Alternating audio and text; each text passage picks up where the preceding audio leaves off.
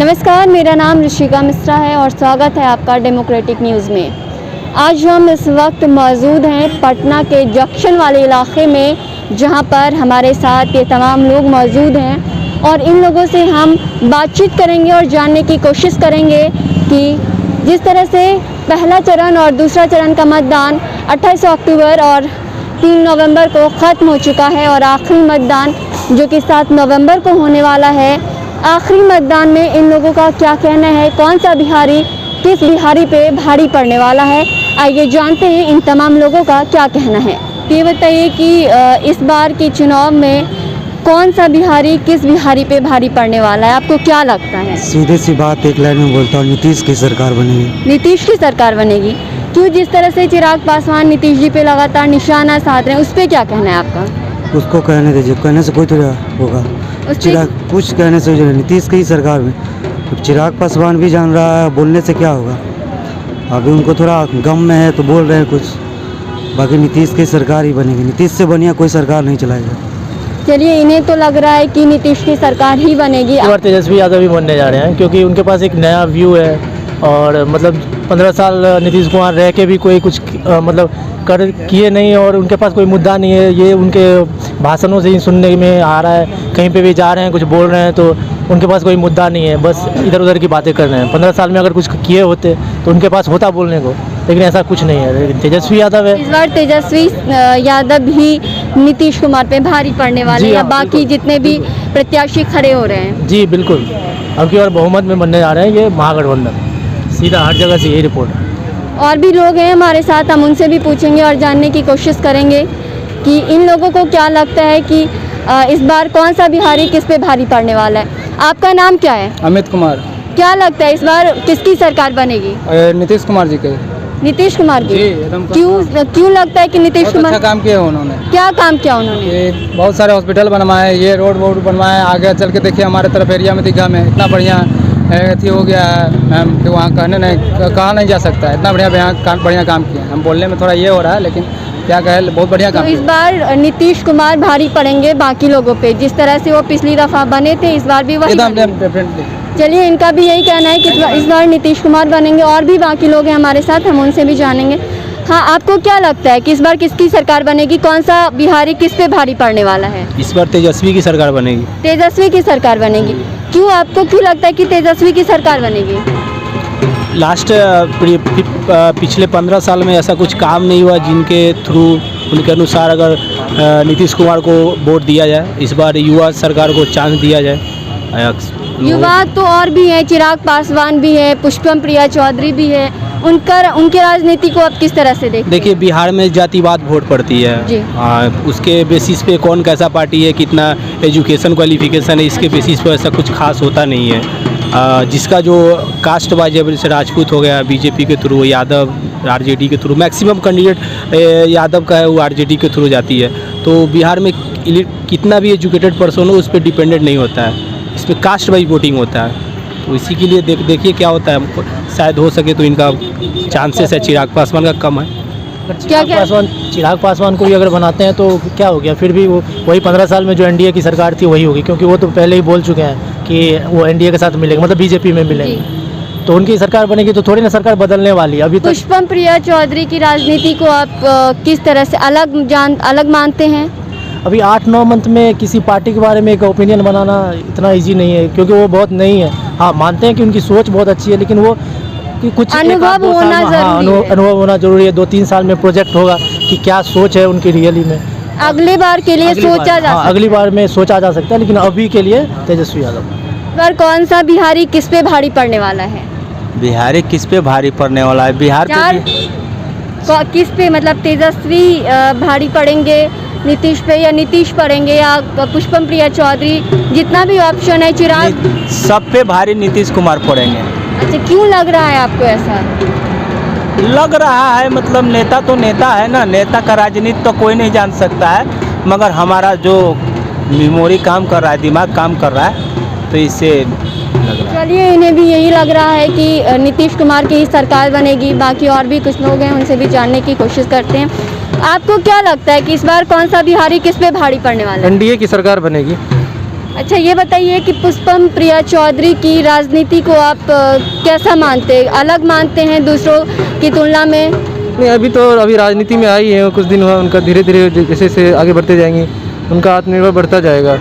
अच्छा ये बताइए, आपने कहा कि एनडीए की सरकार बनेंगे, तो तेजस्वी को क्यों नहीं लाना चाहते हैं इस बार? क्या कमियां दिख रही है उसमें? नहीं, इतना ज़्यादा वादा करना हमें नहीं लगता कि ये सही चीज़ है। अब लेकिन उससे तो कहीं ज़्यादा वादे वो कर रहे हैं ना नीतीश कुमार। नहीं, कहा ऐसी बात तो कहीं नहीं बोल रहे हैं कि ये तो कह रहे हैं कि हम आते एक साथ 10 लाख जॉब देंगे। कहाँ वो से भी देंगे? तो कह रहे हैं ना कि 19 लाख रोजगार देंगे। तो वो आखिर आप 15 साल रहे हैं सरकार में, तो उनको कुछ तो होगा ना अनुभव कि ऐसा क्या करेंगे नहीं करेंगे कि 19 लाख का जॉब देंगे वो। तो आप ये कह रहे हैं कि उनके पास अनुभव नहीं है तेजस्वी जी के पास? नहीं, ये ऐसा हम नहीं कह रहे हैं तो कि क्या अनुभव कह रहे हैं आप? नहीं, मेरा यही कहना है कि अभी वो सरकार में आए नहीं है, आने के बाद उन्हें पता चलेगा कैसे क्या सरकार चलती है, राजस्व क्या है उनका, और कहाँ क्या कारखाने लगाने हैं, क्या लगाने नहीं करने हैं। तो हिसाब से नीतीश कुमार जी समझ रहे हैं सारा चीज़ की क्या है नहीं है। वो 15 साल की राजनीति में उनको ये अनुभव होगा कि कैसे आएगा जॉब, कैसे मिलेगा लोगों को जॉब। क्या कहेंगे आप? आपको क्या लगता है? मेरा कहना है राष्ट्रपति शासन लगेगा, राष्ट्रपति शासन लागू हो जाए? किसी की सरकार नहीं बनेगा। क्यों, ऐसा क्यों कह रहे हैं आप? सब अलग अलग हो जाएगा। इसके पीछे क्या कारण लगता है कि आपको कि राष्ट्रपति शासन जब लागू तक होना लोजपा चाहिए? नहीं मिलेगा तब तक सरकार नहीं बनेगा। लोजपा नहीं मिलेगा तब तक सरकार नहीं बनेगी? क्यों? क्योंकि किसी का समर्थन पूर्व नहीं करेगा, उतना नहीं पूरेगा। तो चलिए और भी कुछ लोग हैं, उनसे भी जानने की कोशिश करते हैं। क्या लग रहा है आपको कि इस बार कौन सा बिहारी किस पे भारी पड़ने वाला है? इस बार कहना तो थोड़ा सा मुश्किल लग रहा है, क्योंकि हर एक में जो है कि काटक की टक्कर हो रही है, तो थोड़ा कहना मुश्किल है कि इस बार किसी पे भी इस बार अनुमान नहीं लगाए। जैसे कि 2015 के चुनाव में हम लोगों ने अनुमान लगा लिया था कि एनडीए की सरकार बन सकती है, लेकिन इस बार थोड़ा सा कहना मुश्किल लग रहा है, फिर भी क्योंकि आप हर किसी का पल्ला एक जैसा ही लग रहा है। अच्छा ये बताइए कि पुष्पम प्रिया चौधरी की राजनीति पॉजिटिव राजनीतिक है, अच्छी राजनीति है। वो Positive बार बार कह रही है कि वो आएंगी तो अलग ढंग का एक राजनीति करेगी, उस पर क्या कहना है आपका? अभी तो बाकी लोगों से थोड़ा उनका पॉजिटिव राजनीतिक है, पॉजिटिव है।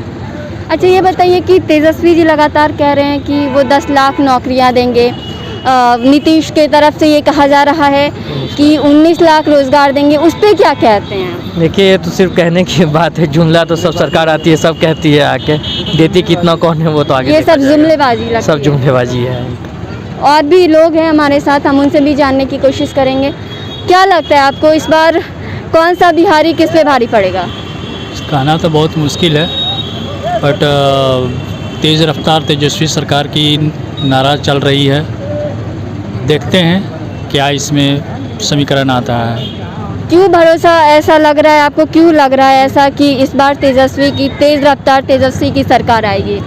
क्योंकि मीडिया पर भारी पब्लिक और आम जनता का रुझान जैसा देखने में आ रहा है, उस तरह नवयुवक उनके साथ में है।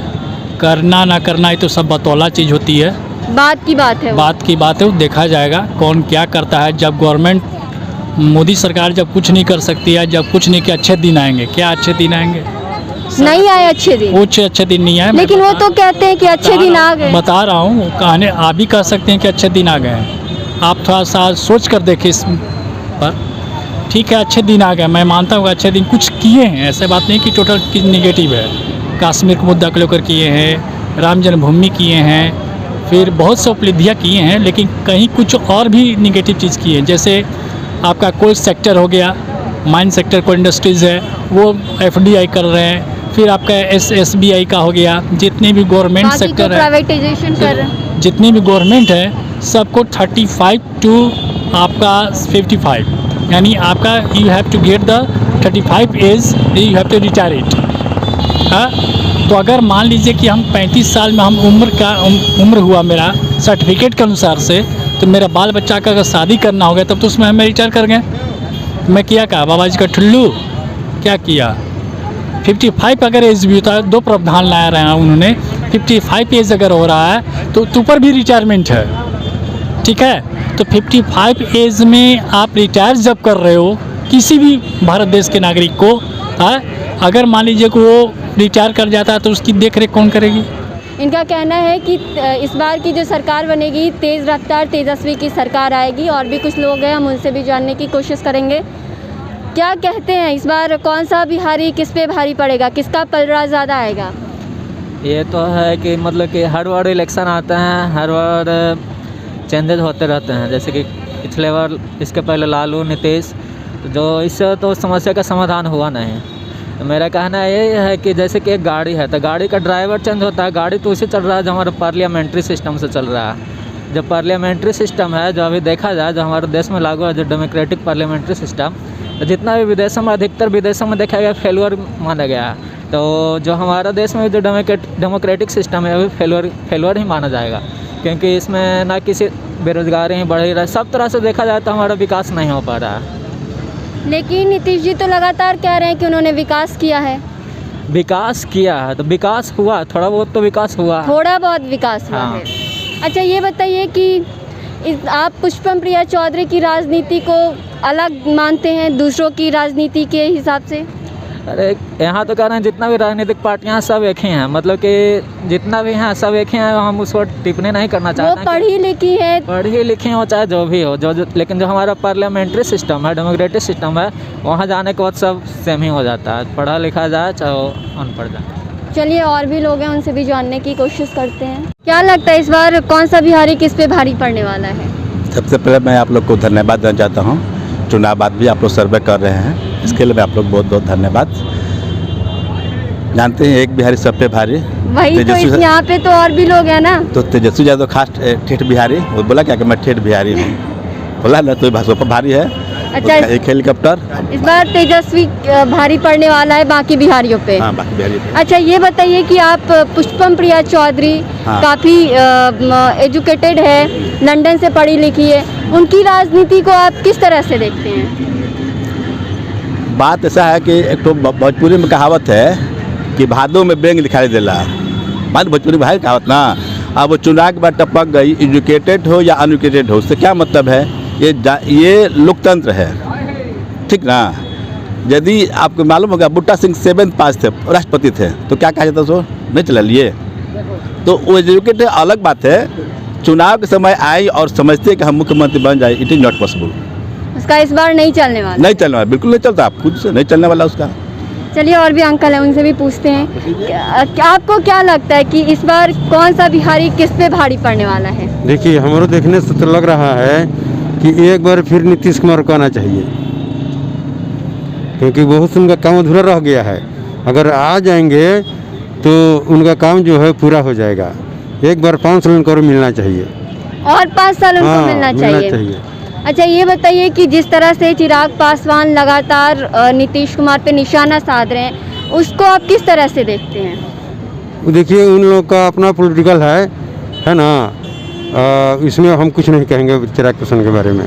बार बार तेजस्वी जी की तरफ से एक स्लोगन आ रहा है, तेज रफ्तार तेजस्वी सरकार, उसको उस पे क्या कहेंगे आप? ठीक है, ये भी ठीक लोग आ रहा है, लेकिन हमारा देखने से लग रहा है कि 5 साल और इनको मिलेगा ना, तो काम करेंगे अच्छा, और जिनका काम रह गया है वो पूरा कर देंगे। चलिए, ये अंकल जी को ये लग रहा है कि अगर 5 साल और दिया जाएगा नीतीश कुमार को तो वो बाकी बचा हुआ काम पूरा कर लेंगे। तो जिस तरह से देखा आपने कि यहाँ पे तमाम लोग हमारे साथ मौजूद थे और इन तमाम लोगों का मिली जुली प्रतिक्रिया थी। किसी ने कहा कि तेज़ रफ्तार तेजस्वी की सरकार आएगी, तो वहीं किसी अन्य लोगों का भी कहना है कि इस बार फिर से सुशासन बाबू ही सत्ता में आएंगे।